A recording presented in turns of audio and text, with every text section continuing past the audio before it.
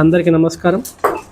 నిన్న Aleru police station పరిధిలో గల రంగనాయక్ కాలనీలో ఒక సస్పీషియస్ సర్కమ్స్టాన్సెస్లో ఒక వృద్ధురాలి మృతి జరిగింది. సుమారు 78 సంవత్సరాలు.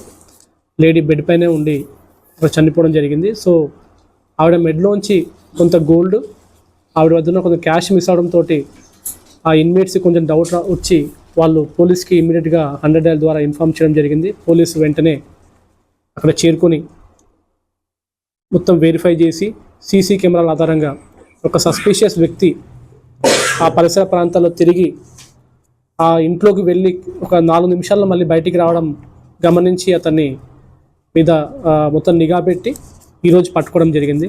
ఈరోజు తను మళ్ళీ జనగాం నుంచి హైదరాబాద్ వెళ్ళే దారిలో తను పట్టుకోవడం జరిగింది.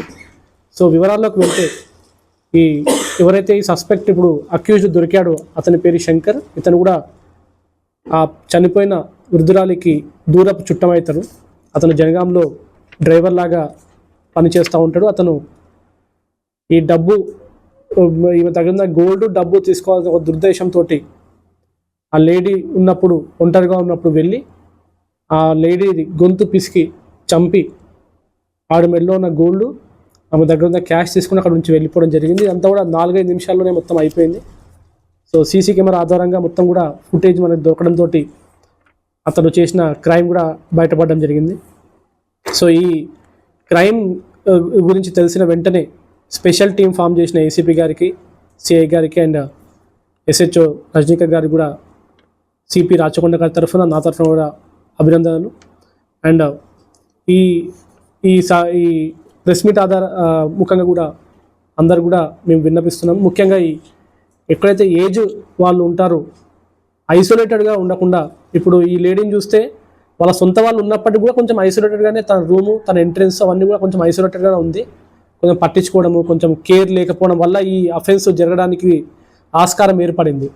సో మీ ఇళ్లలో ఉన్న పెద్దవాళ్ళని జాగ్రత్తగా చూసుకోండి అండ్ వాళ్ళని మీతోనే ఉంచుకోండి. సపరేట్గా వాళ్ళకి సపరేట్ ఎంట్రెన్స్ ఇచ్చేసి చిన్న చిన్న గొడవలతోటి వాళ్ళు సపరేట్ ఎంట్రెన్స్ పెట్టేసుకొని వాళ్ళని సపరేట్ ఉంచడం వల్ల ఏంటంటే ఇటువంటి దారుణాలు జరిగే అవకాశం ఉంటుంది.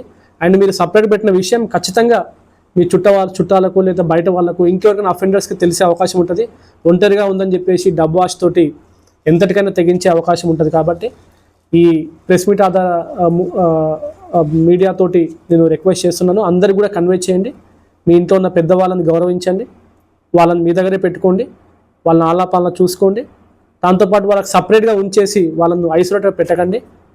అండ్ ఇటువంటి దారుణమైన క్రైమ్ జరిగే ఒక ఆస్కారం వాళ్ళకి ఇవ్వదని పోలీస్ డిపార్ట్మెంట్ తరఫున, రాచకొండ పోలీస్ తరఫున విన్నపం చేస్తున్నాము.